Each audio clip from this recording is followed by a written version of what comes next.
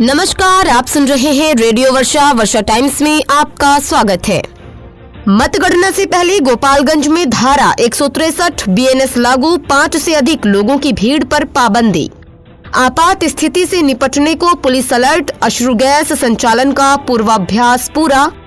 बैकुंठपुर में मतगणना देखने उमड़ी भीड़, टीवी मोबाइल से चिपके रहे ग्रामीण। 6 सीटों पर एनडीए की जीत से गोपालगंज हुआ भगवामय। बिहार चुनाव 2025 में जातीय गणित फेल, गोपालगंज में मतदाताओं ने तोड़ा जाति का मिथक।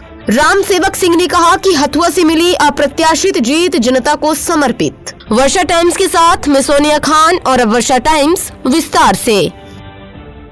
गोपालगंज में विधानसभा चुनाव 2025 की मतगणना के दौरान प्रशासन की ओर से उठाए गए कदम बहुत ही सटीक और जरूरी है, खासकर जब बात सोशल मीडिया पर अफवाहों और भड़काऊ बयानों की हो तो ऐसी स्थिति में प्रशासन का कड़ा कदम उठाना बिल्कुल ठीक है। चुनावों के बाद अक्सर सोशल मीडिया पर ऐसे पोस्ट और खबरें वायरल हो जाती हैं जो समाज में अशांति फैला सकती हैं। धारा 163 बीएनएस लागू करने का निर्णय भी बहुत अहम है। ये कदम ये सुनिश्चित करता है कि मतगणना के दौरान कोई भी ये घटना ना हो और लोगों का ध्यान सिर्फ और सिर्फ चुनाव परिणामों पर केंद्रित रहे। खासकर जब 5 से अधिक लोगों के जमा होने पर पाबंदी और हथियारों पर प्रतिबंध जैसी सख्त पाबंदियां लगाई गई हैं, तो ये दर्शाता है कि प्रशासन किसी भी अप्रत्याशित स्थिति से निपटने के लिए पूरी तरह तैयार है। इसके अलावा एसपी का अपील करना कि लोग अफवाहों पर ध्यान न दें और शांति बनाए रखें, ये एक तरह से मतदाताओं और स्थानीय नागरिकों को जिम्मेदारी का एहसास दिलाने की कोशिश है। ऐसे कठिन समय में जनता का सहयोग प्रशासन के लिए बहुत महत्वपूर्ण है।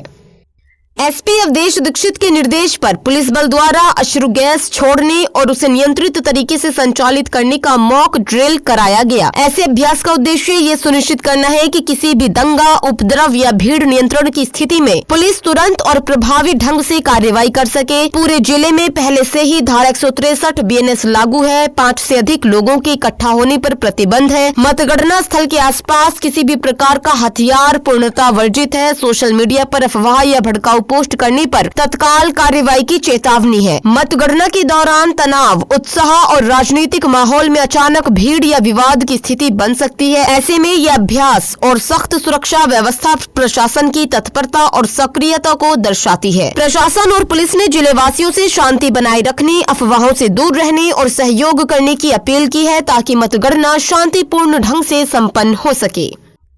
हमारे संवाददाता सत्य प्रकाश की रिपोर्ट के अनुसार गोपालगंज विधानसभा क्षेत्र में मतगणना के परिणामों को लेकर ग्रामीणों में जो उत्साह और जिज्ञासा थी वे काफी दिलचस्प है। खासकर बैकुंठपुर क्षेत्र में जहां लोग घंटों तक टीवी और मोबाइल पर परिणामों को फॉलो करते रहे। यह बताता है कि चुनाव न केवल राजनीतिक बल्कि सामाजिक रूप से भी ग्रामीण जीवन का हिस्सा बन गए हैं और लोग हर राउंड की जानकारी प्राप्त करने के लिए कितने उत्सुक रहते हैं। एनडीए के लिए इस बार के चुनाव में जीत खास तौर पर उल्लेखनीय रही, खासकर जब पिछले चुनावों में राजद ने 2 सीटों पर कब्जा किया था। इस बार का परिणाम कई लोगों के लिए अप्रत्याशित था और इसने बिहार की राजनीति में एक नए मोड़ की ओर इशारा किया है। एनडीए ने सभी 6 विधानसभा सीटों पर कब्जा जमाया, जिससे क्षेत्र में भगवामय माहौल बन गया। नतीजों से यह भी साफ हुआ कि राजद की रणनीतियां इस बार पूरी तरह से विफल रही। तेजस्वी यादव की हर परिवार में एक नौकरी की घोषणा और जातीय समीकरणों का कोई खास असर नहीं दिखा। इसका मतलब ये है कि बिहार के मतदाता अब और ज्यादा मुद्दों पर केंद्रित हैं और उनके रुझान में बदलाव हो सकता है। ये खबर सिर्फ गोपालगंज तक सीमित नहीं रही, बल्कि आसपास के क्षेत्रों में भी लोग परिणामों को लेकर उत्सुक थे। चुनाव नतीजों से जुड़ी चर्चाएं और उनके प्रभाव पर आने वाले दिनों में और भी विस्तृत रूप से विचार किया जाएगा।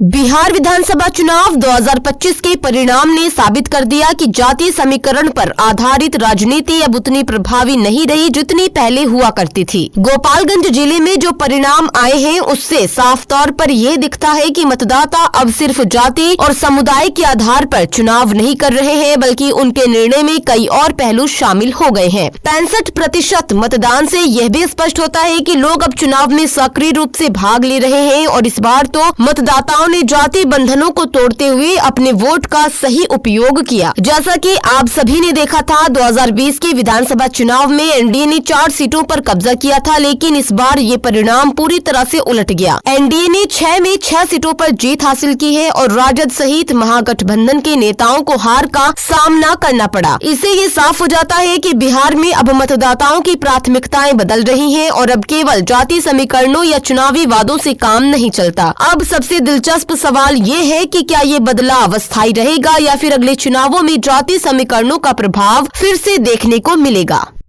हमारे संवाददाता त्रिलोकीनाथ दुबे की रिपोर्ट के अनुसार हथुआ विधानसभा क्षेत्र के जदयू के प्रत्याशी तथा बिहार सरकार के पूर्व मंत्री रामसेवक सिंह कुशवाहा ने अपनी अप्रत्याशित जीत को पूरी तरह हथुआ की जनता को समर्पित किया है। उन्होंने कहा कि ये जीत उनकी नहीं बल्कि हथुआ की जनता की जीत है और आने वाले समय में वे जनसेवक के रूप में काम करते रहेंगे। उन्होंने कहा, हथुआ की जनता जनार्दन का आशीर्वाद सर्वोपरि है। मैं इस विश्वास और स्नेह को कभी नहीं भूलूंगा। नवनिर्वाचित विधायक ने बताया कि वे सभी वर्गों का सम्मान करते हुए क्षेत्र को विकास की राह पर और तेजी से आगे बढ़ाने का काम करेंगे। उन्होंने कहा कि विकास के दरवाजे हर नागरिक के लिए खुले रहेंगे और उनके कार्यालय का द्वार भी हमेशा जनता के लिए खुला रहेगा। रामसेवक सिंह ने अपनी जीत के लिए एनडीए कार्यकर्ताओं का विशेष आभार जताया। उन्होंने कहा कि कार्यकर्ताओं की कड़ी मेहनत और जनता के आशीर्वाद ने ही उन्हें जीत की मंजिल तक पहुँचाया है। उन्होंने यह भी कहा कि मुख्यमंत्री नीतीश कुमार और प्रधानमंत्री नरेंद्र मोदी के नेतृत्व में डबल इंजन की सरकार ने बिहार सहित पूरे देश में जिस गति से विकास किया है, उसी दिशा में हथुआ विधानसभा क्षेत्र में भी कार्य किए जाएंगे।